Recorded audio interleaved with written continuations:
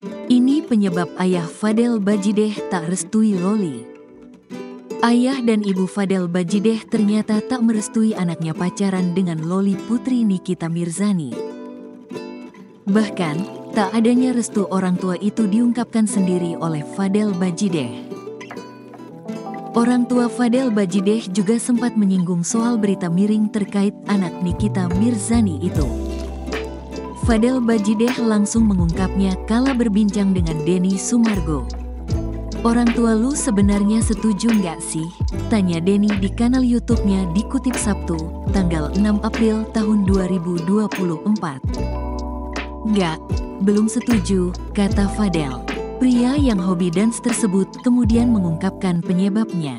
Ternyata, hubungan Fadel dan Loli belum direstui karena adik Martin Bajideh ini melakukan pembicaraan serius dengan orang tuanya. "Soalnya gue belum bicara yang serius," terangnya. Terkait dengan isu miring yang kerap menerpanya sejak berpacaran dengan Loli, Fadel Bajideh mengatakan orang tuanya tak memedulikan hal tersebut.